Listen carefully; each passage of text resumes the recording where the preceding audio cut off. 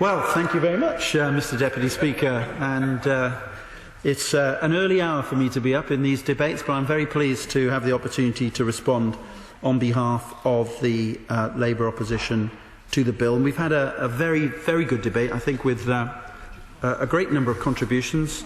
I think in the end, perhaps, we had 32 contributions, Mr. Deputy Speaker, from the backbenchers. We had contributions from the Honourable Member for Meriden. The Honourable Member for Glasgow North West, who's in her place, made her maiden speech. And can I join those in congratulating her on her maiden speech? She told us, Mr. Deputy Speaker, that prior to coming to this House, she'd been a physics teacher, and then she decided to retrain as a stonemason, and she offered her services to this House, given the massive refurbishment that's likely to have to take place in years to come. I have to tell her, and she may be disappointed to know this, that if she isn't engaged in her new role as a stonemason by the House of Commons, unfortunately the Labour Party won't be in the need of the services of a stonemason for the foreseeable future. In fact, probably never in the future will we need her services. But I do congratulate her on her maiden speech, which was extremely effective and fluent. And I hope she makes many more such contributions during her time in this House. We also had contributions from the Honourable Members for Stroud, for Tottenham, a maiden speech from the Honourable Member for Kingston and Surbiton, who I don't think is yet back in his place, but I'm sure the messages are being sent as we speak around the House to the various corners of this place, where people are working very hard at this moment to return back in time for the winds-ups. His maiden speech was, again, very fluent. He told us and reminded us that he wasn't the only Berry in this House, Mr. Deputy Speaker, and he's back in his place, and I welcome him back. I was just saying, before he arrived, that how much the House enjoyed his maiden speech, and I congratulated on him. He told us that he wasn't the only Berry in his House, and I do understand the problem he has been encountering with his parliamentary mail as a result of that. Indeed, the Honourable Member for Rother Valley and myself share very similar names, not exactly identical, Mr. Deputy Speaker. And on New Year's Eve a couple of years ago, I was very briefly knighted by the Mail Online as a result of the similarities of our names. Before I had to explain that I was more chivalry than chivalry, Mr. Deputy Speaker, and that it probably wasn't intended for me. We also had speeches from the Honourable Member for Denton and Reddish, who told us about, very movingly actually, about his GCSE English teacher who made a great contribution to his life and prospects for the future. And he's absolutely right. It's the quality of teaching that counts. Actually, more than the quality, so research shows, or the difference between schools. It's the difference between teachers within schools, actually, that's even more important. And we should all be looking to raise the standing and quality of the teacher workforce in our country. And as a former teacher myself, who often meets my ex-pupils around and about in all sorts of places, they haven't yet, Mr. Deputy Speaker, made any complaints, but I doubt if I would ever get an endorsement as great as the endorsement he gave to his English teacher, and I am sure that his former English teacher will be very proud of the mention he got in the House of Commons this evening. We also had speeches from the Honourable Member for Plymouth, who spoke about adoption, the Honourable Member for Kilmarnock and Loudon, the Honourable Member for Hazelgrove, who told us he also was a former teacher and brought his expertise to the debate. I was going to say llongyfarchiadau, Mr. Deputy Speaker, to the Honourable Member for Dwyfor Meirionnydd, but she's again not yet back in her place, not her fault, because of the early hour at which we're doing the wind-ups. And I thought she made a very impressive maiden speech, and I'd like to congratulate it on her, and also congratulate her for someone who was born in London. Her mastery of the Welsh language is far greater than mine, even though I was born in Wales myself, and I have to say that is most impressive, and she made a very impressive maiden speech this evening. We also had contributions from the Honourable Member for Thornbury and Yates in the form of his maiden speech, and he told us of his experience in the retail sector, he and I share something in common in that respect, in that I was once the Saturday boy in Marks and Spencer, as well as the warehouse cleaner in Fine Fair at 48.5p an hour, which tells you how long ago it was that I was working in the retail trade, long before the Labour government brought in the minimum wage. We also had speeches from the Honourable Member for York Central, who, and I have to slightly correct her, she is in her place behind me, I have to slightly correct her because she referred several times this evening, Mr Deputy Speaker, to this as a piece of draft legislation. She described it as a draft bill. Now, I understand why she might think it's a draft bill, Mr Deputy Speaker, and many honourable members pointed out that it had the qualities, or lack of qualities, of a draft bill, shall we say, and so it's entirely understandable as a new member that she should mistake this as a draft bill. But can I tell her, this is the actual bill. This is what the government has introduced this evening to the House of Commons and is asking us to give assent to at second reading, and I'm not surprised, therefore, that she has decided not to support it at second reading, given that it is, in her eyes, quite rightly, only a draft bill. We also had contributions from the member for Mid Dorset and North Poole, who was concerned, who was in his place, I'm glad to see him over there, good, who told us that his wife might be struggling to get our proceedings on broadband and be able to watch his speeches in his constituency of Mid Dorset and North Poole. Well, can I recommend to him the BBC Parliament channel, where she could join dozens of other viewers, dozens, I'm told, of other viewers in enjoying our proceedings, and should she have any problems in future with broadband, I recommend that as a way of following what's happening here in the chamber. We also had contributions from my honourable friend from South Shields, who spoke passionately with great knowledge about adoption. From the honourable member for Telford, also, who I don't think is in her place at the moment, but I'm sure will be with us shortly.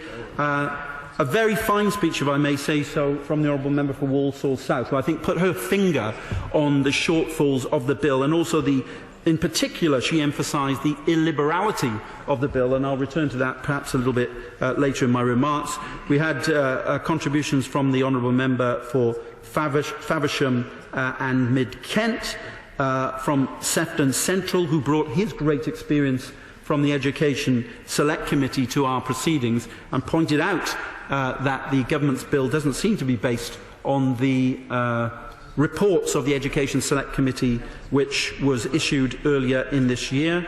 We had a contribution from the honourable member for Portsmouth South, and she is in her place, who told us that she'd been a lay inspector, and I very much welcome the expertise that she brought to her debate, although I think in answering my intervention she showed the difficulty, I think, with this bill, the vagueness that we've had so far about the definition of coasting in this bill, in that she seemed to suggest that it could only be an inadequate school that could be deemed to be coasting.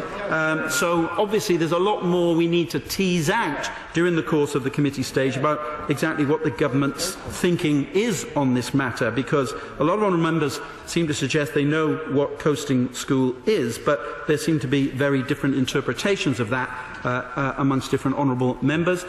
We also had a contribution from my honourable friend from Isloin, who spoke passionately about the importance of education and the quality of teaching in particular. The honourable member for Cambridgeshire, Brentford and Isleworth, who particularly emphasised that this bill is deficient in not dealing with the key issue of teacher shortage, which is going to be so much of a problem in the next few years, we predict, Mr Deputy Speaker. The honourable member for Fareham made a very fine contribution, as did the honourable member for Hove, who I think spoke extremely passionately about schools in his own constituency and the need for all of us to be passionate about the need for school improvement. We had contributions from the honourable member for Chester, for Ilford North, who made a brilliant speech, I thought, and put his finger right on the problems of this bill and why it is a piece of legislation not worthy to be placed in front of this House of Commons. From the honourable member for Congleton, and from the honourable member for Norwich South, who took the trouble, he's here too, he took the trouble to congratulate all those honourable members who've made their maiden speeches by saying it feels great when you've nailed it. I know how that feels. He didn't add, Mr. Deputy Speaker, even if I say so myself at the end of that. But he raised extremely important and powerful points about issues of conflict of interest and the use of public funds and public resources, which I'm sure we'll hear more about in the weeks to come.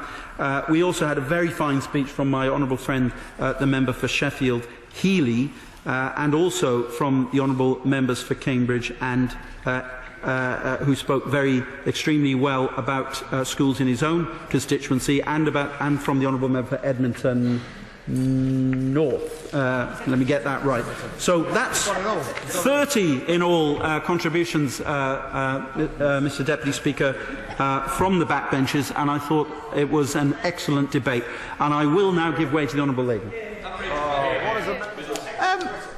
Thank you, Mr. Deputy Speaker. We're discussing education today, and vital to my area is fairer funding. Does he and his party on the other side back the F40 fairer funding campaign that's so key to my constituents in Northumberland? I say, Mr. Deputy Speaker, we had a very good debate, and I recommend it to her in Westminster Hall just before the end of the last Parliament, where I spoke for the opposition on this, and we absolutely support fairer funding, and she can, if she would like to consult that debate, she'll see in more detail our position on that, although obviously it isn't the subject of this bill today.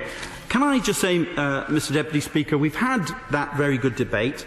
I'm going to deal principally with the education part of the bill in my remarks, as my right honourable friend dealt with the adoption clauses in his opening remarks, but I do think there are a few points that we'd like to lay on the record in relation to that. One is that the solution that's being put forward in the bill today on adoption, I understand, is extremely similar to the one that the government withdrew last year when these measures were put in front of the House of Lords. Now, if I'm wrong about that, I'm sure the Minister will correct us at committee stage, but it does seem that perhaps this is a second bite of the cherry, and we will be interested to know from ministers, if that is the case, why they've come back with this, having withdrawn similar proposals extremely recently. We are concerned about the impact on small specialist agencies, and we are also concerned about those children who may not be suitable for adoption, Mr. Deputy Speaker, and disappointed the bill has so little to say about special guardianship, about kinship care, about grandparents, and about long-term fostering. And these are issues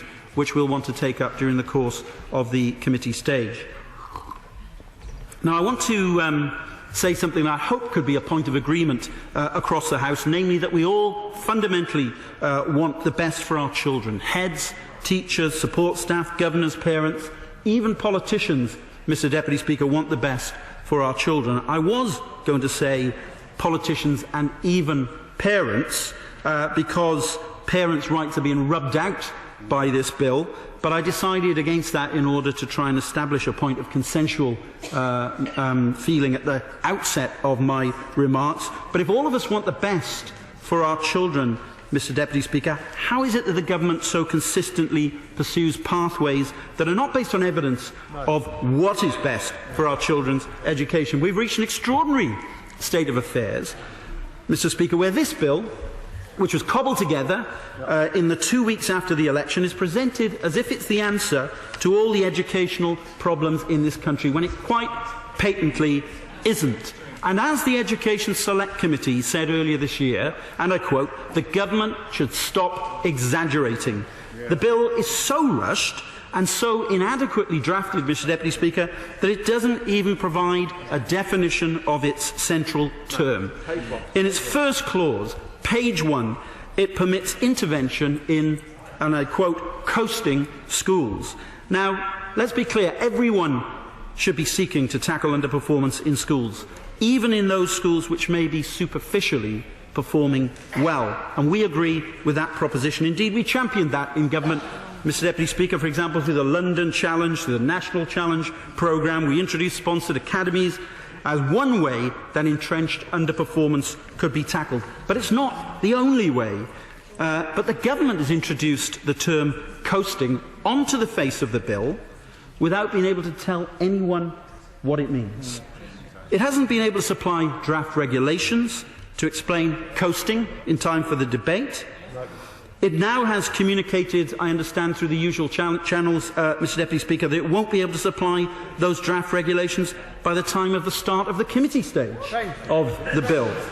Perhaps we should rename this the Adoption and Education Bill rather than the Education and Adoption Bill, because ministers are having to take the bill back to front in committee due to its inability to provide a definition of coasting in time for the committee stage. Mr Speaker, this is no way to make law which affects the education of millions of children across this country.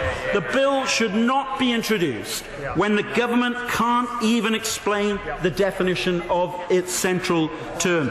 It's like that scene, Mr Deputy Speaker, in the film The Wrong Trousers, starring Wallace and Gromit, when Gromit has to lay down the track at the same time that the train is already racing along at pace. Mr Speaker, if the government can't define coasting at the point when we're debating the bill in this chamber, then it obviously deserves its own rating of inadequate. And Mr Deputy Speaker, why does the bill have nothing to say about academies?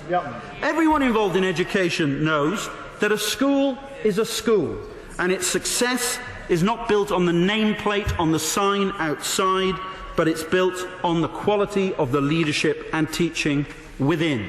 And if the answer to turning around a failing school is always to make it an academy, what's the answer to turning around a failing academy? For as the Secretary of State has acknowledged recently, there are many of them, including 145 is the latest count, including IES Breckland, managed by a for-profit provider and deemed inadequate for more than a year, without its sponsor being removed. So much for her statement that, and I quote, "a day spent in special measures is a day too long where a child's education is concerned." Not, it would seem, when that child attends an academy being run by a favoured foreign edu business. A fundamental flaw at the heart of the government's approach is that it doesn't even entertain that question in the bill. Why don't they listen to the Conservative councillor David Simmons, the chairman of the LGA's Children and Young People Board, who recently said, and I quote, "Hundreds of schools, often in disadvantaged areas, are being turned around thanks to the intervention of local councils. It's clear that strong leadership, outstanding classroom teaching and effective support staff and governors are the crucial factors in transforming standards in struggling schools." He went on to say, let me finish this point and I will give way. "We want to see bureaucratic barriers that have for a long time prevented councils from intervening swept away. We need to ensure that we focus our resources on ensuring there are enough outstanding school leaders rather than on structures and legal status, as it is this which makes the difference we all want to see." Now that sounds to me, Mr Speaker, like common sense from a Conservative councillor at the sharp end of trying to deliver a quality local education, rather than the proclamations of remote Conservative ministers who take their cue from right-wing think tanks and policy wonks with an ideological axe to grind. I'll give way to my honourable friend. Thank you, Mr Speaker. And wouldn't he agree with me that Councillor Simmons has also added to the debate about school places, particularly in London where he represents, and the fact that so many parents are raising with us on a daily basis in surgeries and emails and so on, that they're so worried about their 3- and 4-year-olds, and indeed we need to be predicting for when they turn 13 that there's going to be a secondary school crisis. I would agree with that, and I would say to her that teacher recruitment and this problem is a serious lacuna in this bill. And that sounds to me, as I said, like common sense from a Conservative councillor, because what we have in front of us is a bill that's not only severely undercooked, Mr Speaker, but is breathtakingly illiberal and in direct opposition to the government's professed desire to devolve power to communities. Mr Speaker, let's be clear about this. This is a bill that not only seeks to extend the power of the state as exercised by the Secretary of State, who's not even listening as we speak, trying to extend the power of the state to impose its will locally, but which also seeks to remove the ability of local communities to object. And you can see she doesn't like to listen, because she won't even listen to local communities or even to the debate in this House, or even to make representations against the exercise of that state power. It's said that power corrupts and absolute power corrupts absolutely. But what of power that's wielded by the state without even the right to make representations against its use, which in addition creates a duty to conform, comply, cooperate and promote the exercise of that state power? How have we reached that state of affairs in conservative education policy where this is regarded as democratically acceptable? It would seem, Mr. Speaker, that it's not only the Prime Minister who doesn't know the meaning of the words Magna Carta, as we saw on the David Letterman TV show, but also, as Tony Hancock might have put it, the poor Hungarian peasant girl did, after all, die in vain. This is a horrible little bill insofar as it extends to education. More of an election slogan than a piece of genuine education statute, written in a rush out of a need to be seen to do something rather than need to do the right thing. And it could be so much different, Mr. Speaker.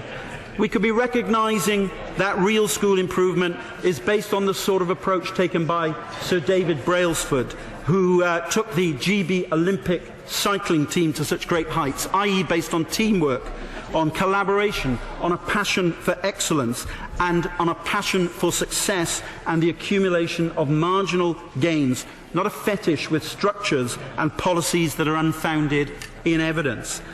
Perhaps we could have an educational equivalent of NICE, as they have in health, a National Institute for Clear Evidence in Education policy, which would put a stop to the educational quackery of ministers, which leads to the empty exaggeration that was so heavily criticised earlier this year, Mr. Speaker, by the Education Select Committee. And then perhaps we could agree on a vision based on that insight I mentioned at the outset, that deep down we all want the best for our children. So we should have a vision where we promote partnership and collaboration to raise standards, with an inspection system with quality inspectors who provide challenge and support, not low-quality private contractors. A system where standards trump structures, where every child matters. For despite claiming in the explanatory notes to this bill that the bill intends to improve education for all children, those in coasting or failing academies are ignored by this bill. We could have a vision where parents are listened to, where teachers are trusted, where school admissions are made fair, where special needs are taken seriously, where genuine social mobility is promoted, where more than one pathway to success, i.e. GCSE, A-level and university, is valued and promoted, and where more than data matters, where exams are not used as a tool to narrow education, but as an instrument to accredit broad and balanced learning. A system that believes in more than teaching to the test, Mr. Speaker. To be an educator or a teacher is an incredible privilege. It's one which I was fortunate enough to enjoy for many years. It's a very hard job, Mr. Deputy Speaker. It's much harder, believe it or not, than being a Member of Parliament. But it's so much more than what's envisaged in this dreary bill, Mr. Speaker. To be a legislator is also a privilege, and we can do much better than this.